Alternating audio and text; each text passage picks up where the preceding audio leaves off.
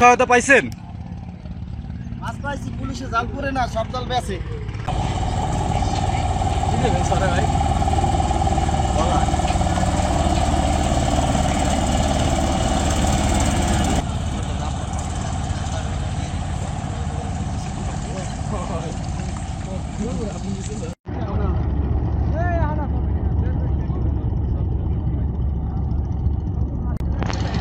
চলছে ইলিশ শিকারে নিষেধাজ্ঞা।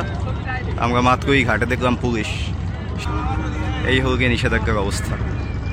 জেলেতে আসলে দোষ দিয়ে লাভ নেই, তাদেরকে ঠিকভাবে চাল বিতরণ করা হয় না, যার কারণে তারা আসলে বাধ্য হয়েই নদীতে নামে, এরকমটা তারা বলেছেন।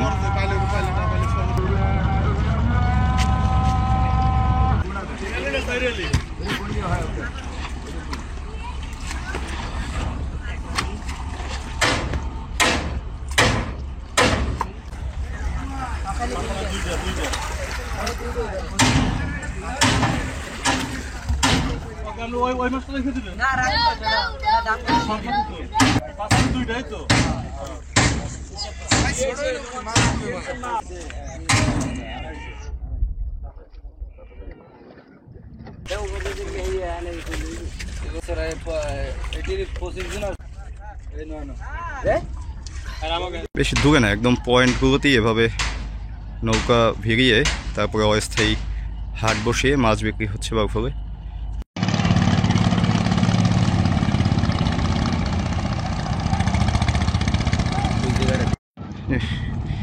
মাছ বিক্রি করছিল, আমাদেরকে দেখে পালিয়ে যাচ্ছে একটা নৌকা।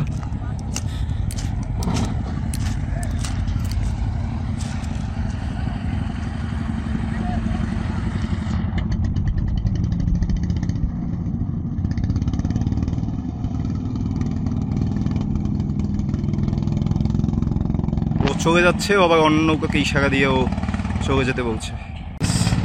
কিনে ফিকশনে ব্যাগ নিয়ে মানুষ মাছ কিনতে এসেছেন।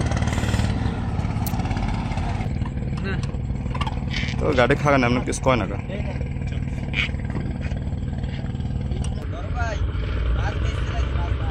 মিথ্যা কথা কইলি তো, এই যে আপনার কি সহায়তা দেয় না? যা প্রতিদিনে কি এরকম প্রকাশ্যে মাছ বিক্রি হয়? জি,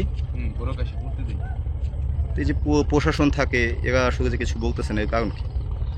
প্রশাসনের জোরালো কোনো ভূমিকা আছে? প্রশাসন কি বলে? এটা মূলত আইন সরকার করছে ভালোর জন্যই করছে। তো এটা ছেলেদের ভালোভাবে আর কি আইনটা মানা উচিত, যেহেতু যে ইলিশ মাছের গরম মৌসুমে মাছ শিকার না করাই ভালো। আমরা কিস্তি দিব কি দিয়ে? সমস্যা কি হয়? চাল কম দেয় বা আর কি কি? কোনো কথা না, আজ আমরা যদি বাড়িতে বসে আমরা কিস্তি দিব কি দিয়ে? আমাদের কিস্তি তো চালান লাগবে নাকি?